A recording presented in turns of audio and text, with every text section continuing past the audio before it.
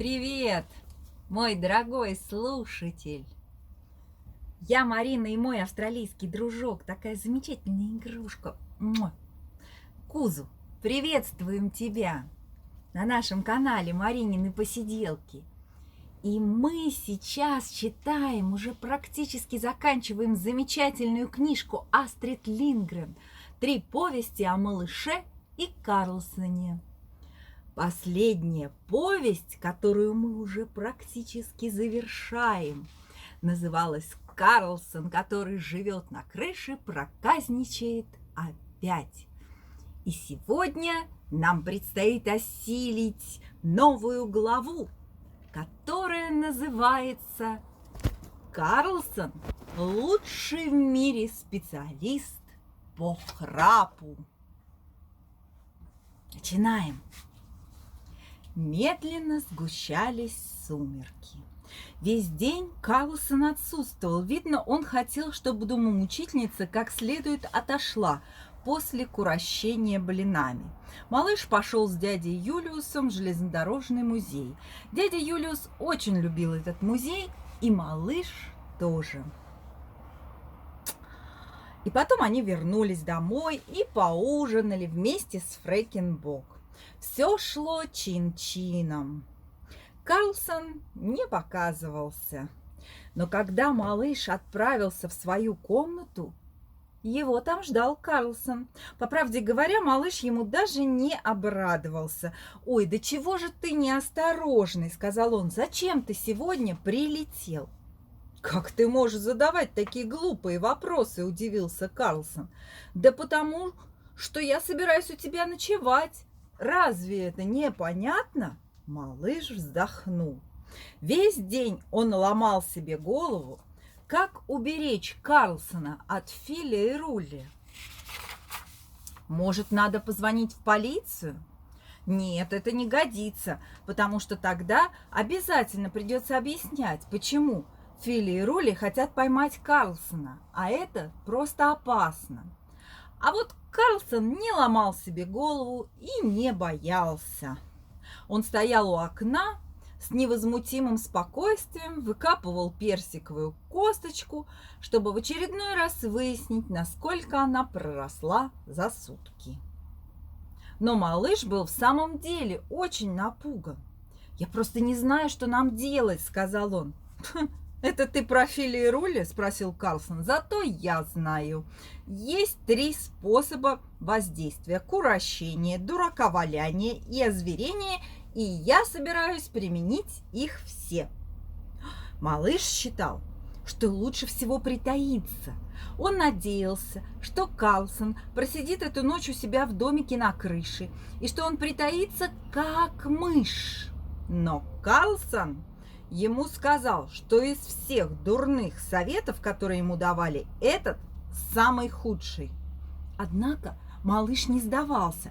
Дядя Юлиус подарил ему кулек карамелек, и он рассчитывал, что с его помощью ему удастся переубедить Карлсона. Он помахал кульком перед самым носом Карлсона, чтобы соблазнить его, и сказал не без задней мысли: «Ты получаешь весь этот кулек, если полетишь домой и ляжешь спать». Но Карлсон отпихнул руку малыша. «Фу, да чего же ты противный!» – воскликнул он. «Мне не нужны твои паршивые карамельки. Не воображай только, что я хочу их получить». Он печально скривил рот, отошел, забился в дальний угол и сел на скамеечку. «А я и не знал, что ты такой противный», — сказал он. «Так я не играю». Малыш пришел в отчаяние. Ничего более ужасного, чем «так я не играю», быть не могло. Малыш тут же попросил прощения и постарался снова развеселить Карлсона. Но ничего не получалось. Карлсон дулся. Он был упрям. «Ну, я просто не знаю, что еще можно сделать», — сказал в конце концов малыш в полном отчаянии. «Я зато знаю», — сказал Карлсон. «Конечно, не наверняка, но вполне возможно, что я буду играть, если ты сделаешь мне что-нибудь приятное. Да, пожалуй, сойдет и кулек карамелек». Малыш сунул ему кулек, и Карлсон согласился с ним играть. «Гей-гоп!» — крикнул он. «Ты представить себе не можешь, что будет. Сейчас приготовим все, что надо». «Раз Карлсон остается ночевать, я должен постелить себе на диване», – подумал малыш и побежал в комнату босса. Но Карлсон остановил его. Он сказал, что не стоит стелить. Сегодня ночью все равно никто не будет спать. Никто, кроме домомучительницы и дядюшки, которые, я надеюсь, будут спать мертвым сном, потому что нам придется и пошуметь, пояснил Карлсон. Дядя Юлиус действительно рано отправился в спальню. Он очень устал, ведь он так плохо спал прошлой ночью и провел потом весь день на ногах. И Фрэкенбок нуждалась в отдыхе после волнений булочного и блинного курощения. Она тоже рано удалилась к себе, вернее, к Беттон в комнату. Мама решила, что на время их отъезда Фрэкенбок будет там спать. Но прежде чем удалиться на покой, они оба, и дядя Юлиус, и Фрэкенбок, зашли к малышу пожелать ему спокойной ночи. А Карлсон, услышав их приближение, спрятался в шкаф. Он сам счел, что так будет умнее. Дядя Юлиус зевнул и сказал: «Надеюсь, нас опять посетит гном с красным зонтиком и навеет на нас всех сон». «Можешь не сомневаться», – подумал малыш, но вслух сказал: «Спокойной ночи, дядя Юлиус, желаю тебе хорошо выспаться. Спокойной ночи, Фрэкенбок. И ты сейчас же ложись. Спокойной ночи, малыш». И они оба удалились. Малыш быстро надел пижаму на всякий случай, если Фрэкенбок или дядя Юлиус вдруг вздумают встать посреди ночи и посмотреть, спит ли он.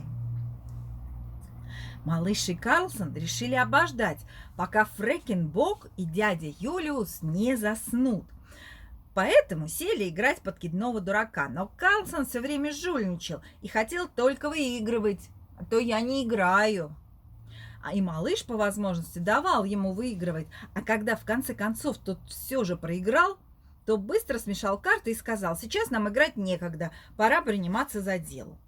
За это время дядя Юлиус и Фрэкенбок успели уснуть. Гном с зонтиком не нарушал их покоя. Карлсон долго ходил от одной двери к другой, прислушиваясь к их храпу.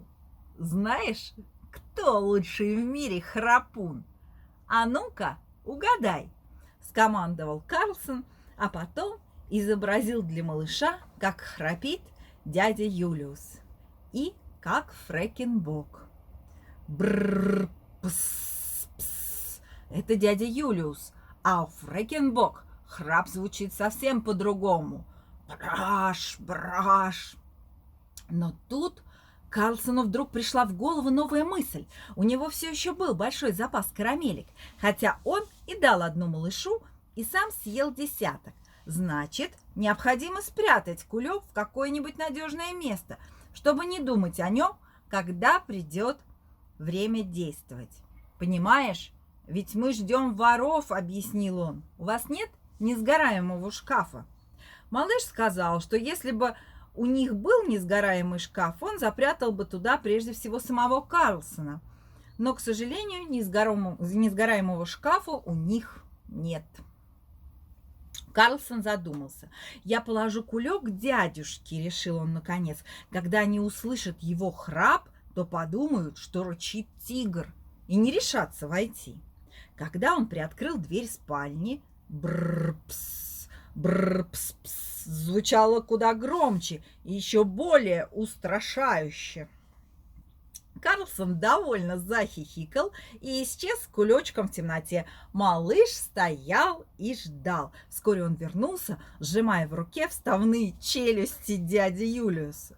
«Ну что ты, Карлсон?» – ужаснулся малыш. «Зачем ты их взял? Неужели ты думаешь, что я могу доверить свои карамельки человеку с зубами?» – сказал он. «Представь себе, что дядюшка проснется ночью и увидит мой кулечек. Если зубы у него под рукой, он их мигом наденет и начнет грызть конфеты одну за другой. Но теперь он, к счастью, не сможет этого сделать. Дядя Юлиус и так никогда в жизни бы этого не сделал, поручился малыш. Он ни за что не взял ни одной чужой конфетки. Дурак, он решил бы, что это его посетила фея из страны сказок и принесла ему гостинцы, сказал Карлсон. Да как он мог подумать, раз он сам купил мне эти карамельки, возмутился малыш. Но Карлсон не желал ничего слушать. Кроме того, мне все равно нужны эти челюсти, сказал он, а еще мне нужна крепкая веревка. Малыш сбегал на кухню и принес веревку для сушки белья. «А зачем тебе?» – спросил малыш, сгорая от любопытства. «Хочу сделать капкан для воров», – ответил Карлсон. «Наводящий ужас, устрашающий, смертельно опасный капкан для воров». И он показал, где он собирается его соорудить. В узеньком тамбуре у входной двери, соединенной аркой с прихожей. «Вот именно здесь. И только здесь», — сказал Карлсон. С каждой стороны арки в прихожей стояла по стулу. И теперь, когда Карлсон приступил к сооружению уникального и весьма хитроумного капкана для воров, он протянул на небольшой высоте от пола несколько раз бельевую веревку между этими стульями и хорошенько ее закрепил. Если кто-нибудь в темноте войдет в дверь и захочет пройти в прихожую, то обязательно споткнется об это заграждение и упадет. Малыш помнил, как в прошлом году к ним забрались Фили и Рули, чтобы их обокрасть. Они открыли дверь с помощью длинной проволоки, которую просунули в щель почтового ящика и подцепили ею собачку замка. Наверное, на этот раз они захотят попасть в квартиру таким же образом. Что ж, будет только справедливо, если они запутаются в протянутой веревке. «И вообще я зря волнуюсь», — сказал он, «ведь когда Фили и Рули начнут возиться у дверей, Бимбо так громко залает, что разбудит весь дом, и они бросятся на утек». Карлсон поглядел на малыша так, словно не верил своим ушам. «Ах, вот как!» – сурово сказал он. «Выходит, я зря делал капкан для воров? Нет, так я не играю. Собаку надо немедленно убрать». Малыш всерьез рассердился. «Что ты несешь? Куда мне ее деть? Ты об этом подумал?» Тогда Карлсон сказал, что Бимбо может провести ночь в его домике на крыше, ляжет на его диванчик, будет себе спать и тихо посапывать. А утром, когда Бимбо проснется, Карлсон принесет ему фарш, он обещает. Пусть только малыш образумится и согласится отправить к нему Бимбо. Но малыш не образумился. Он считал, что отсылать Бимбо из дому – безобразие. А кроме того, как здорово, если Фили и Рули наткнутся на лающую собаку. «Ты хочешь все испортить», – горько сказал Карлсон. «Никогда не даешь мне повеселиться».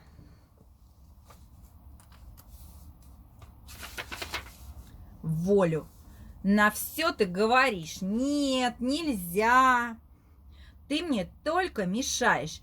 Я не могу уже ни курощать, ни низводить, ни валять дурака. Ничего не могу. Тебе на все наплевать, лишь бы твой щенок налаялся всласть и поднял бы ночью переполох». «Ну разве ты не понимаешь?» – начал было малыш, но Карлсон его перебил.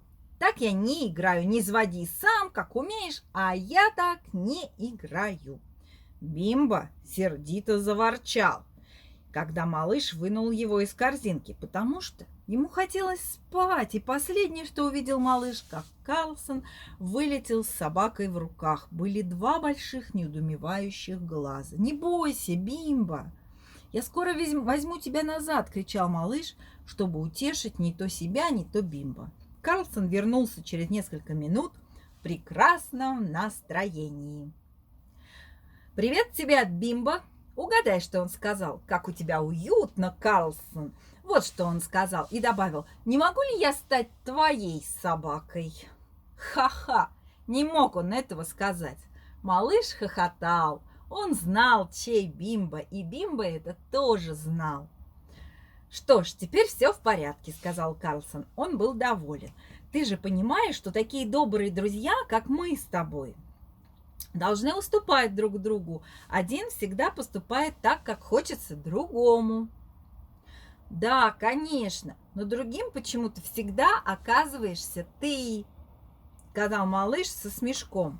Он был поражен поведением Карлсона, ведь любой человек должен был понять, что в таком положении, в каком был Карлсон, лучше всего спокойно лежать себе ночью на диванчике в своем домике на крыше и предоставить Бимбо возможность спугнуть бешеным лаем Филли и Рули, если они вправду вздумают лезть в квартиру. Но Карлсон сделал все буквально наоборот, да еще внушил малышу, что так и лучше. И малыш ему охотно поверил, потому что в малыше тоже жила жажда приключений, и он сгорал от желания узнать, как они будут курощать на этот раз. Карлсон спешил. Он считал, что Филли и Рули могут явиться в любую минуту.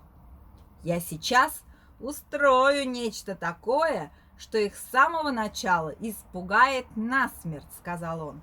«И глупая собака нам здесь совсем не нужна, поверь мне». Он побежал на кухню и стал рыться в шкафу. Малыш попросил его делать все потише, потому что Фрэкенбок спит в комнате Беттон, прямо за стеной. Карлсон об этом не подумал. «Тогда стой на страже», — скомандовал он. «Когда перестанешь слышать бржж или браш, дай мне как-нибудь незаметно знать». Он задумался. И вдруг ему пришла мысль. «Знаешь, что ты сделаешь? Ты сам начнешь храпеть. Да, как можно громче. Вот так. Грах, грах». «Зачем?» – недоумевал малыш. «А вот зачем. Если проснется дядюшка, он решит, что это храпит Фрэкенбок. А если проснется Фрэкенбок, она подумает на дядюшку, и ни у кого не возникнет подозрения. Но я-то буду знать, что грах – это значит, что ты мне подаешь сигнал. Кто-то из них проснулся. Надо быть начеку. И тогда я залезу в шкаф и притаюсь. Ха-ха! Угадай, кто лучший в мире проказник?» «А если придут Филли и Рули, что мне тогда делать?» – спросил малыш испуганно, потому что не так уж приятно стоять одному в прихожей, когда залезут воры, а Карлсон будет находиться в другом конце квартиры, на кухне. «Тоже будешь храпеть», – сказал Карлсон, – «но иначе, вот так. Гро, гро». «Запомнить все эти храпы, пожалуй, труднее, чем выучить таблицу умножения», – подумал малыш. «Как легко спутать все эти брпс, грах, гро», но он постарается изо всех сил не ошибиться. Карлсон порылся на полках, где лежало белье, и сгреб в охапку все кухонные полотенца. «Этих полотенец не хватит», – заявил он, – «но, к счастью, есть еще полотенце в ванной». «Что ты задумал?» – допытывался малыш. «Мумию», — ответил Карлсон, — «вселяющую ужас, устрашающую, смертоносную мумию, еще более опасную, чем капкан». Малыш толком не знал, что такое мумия, но ему помнилось, что это что-то связанное с египетскими пирамидами. Он знал, что в пирамидах хоронили царей и военачальников.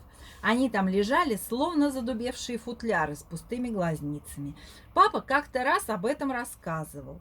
Царей этих и военачальников бальзамировали, как он сказал, чтобы они сохранились точно такими же, какими были при жизни. И их обматывали потом холстинами, как бинтами, сказал папа. Но Карлсон вряд ли умеет бальзамировать, подумал малыш и спросил с удивлением. «Как ты будешь делать мумию?» «Запеленаю ее в кухонные полотенца, как миленькую». «Да ты об этом не заботься», — сказал Карлсон. «Стой на страже и выполняй свое задание, а я уж со своим справлюсь». И малыш стоял на страже.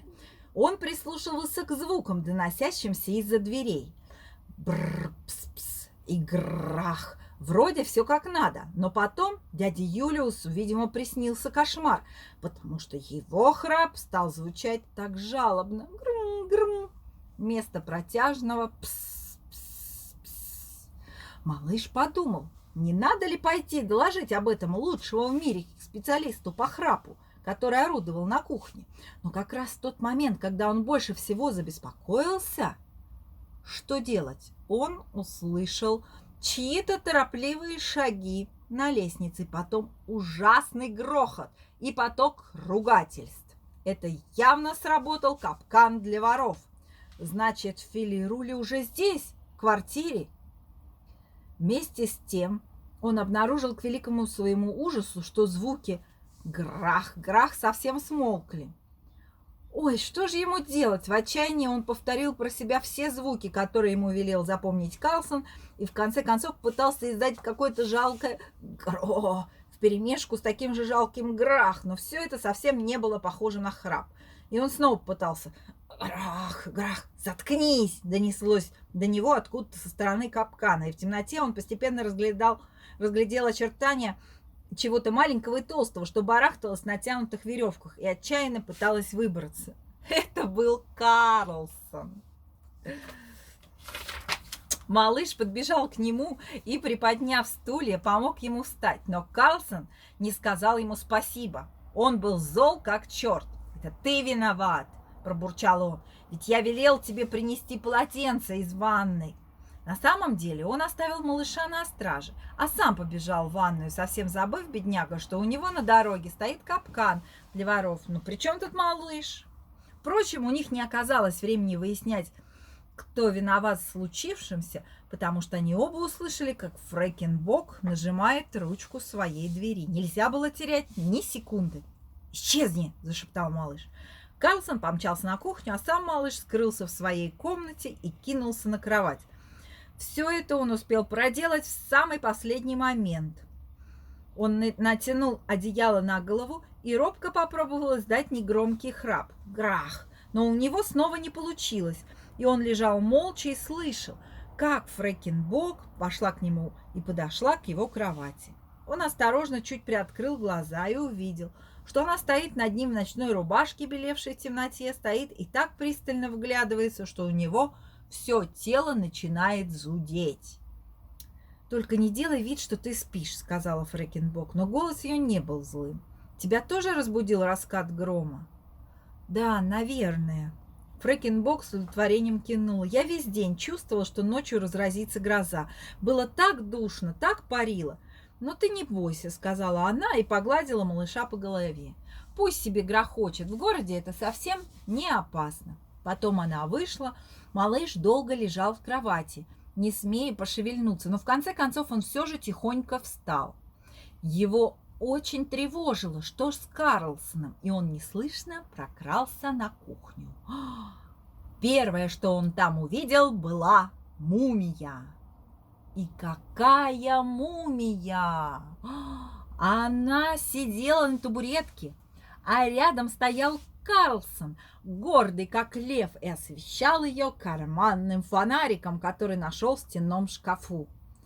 «Разве она не хороша?» – спросил он. «Она? Значит, это мумия не царя, а царицы», – подумал малыш. «Круглая, толстая царица».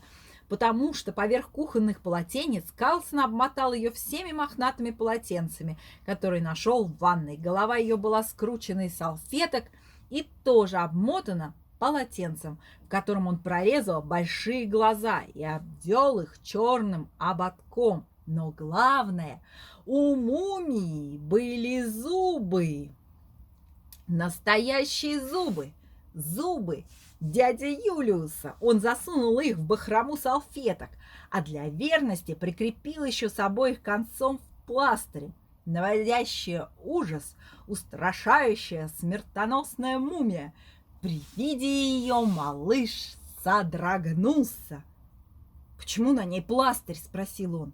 «Она брилась», – объяснил Карлсон и похлопал мумию по щеке. «Гей-гоп! Она так похожа на мою маму, что я думаю назвать ее мамочка». Он схватил мумию в охапку и понес в прихожую. Как приятно будет Фили и Рули встретиться с мамочкой.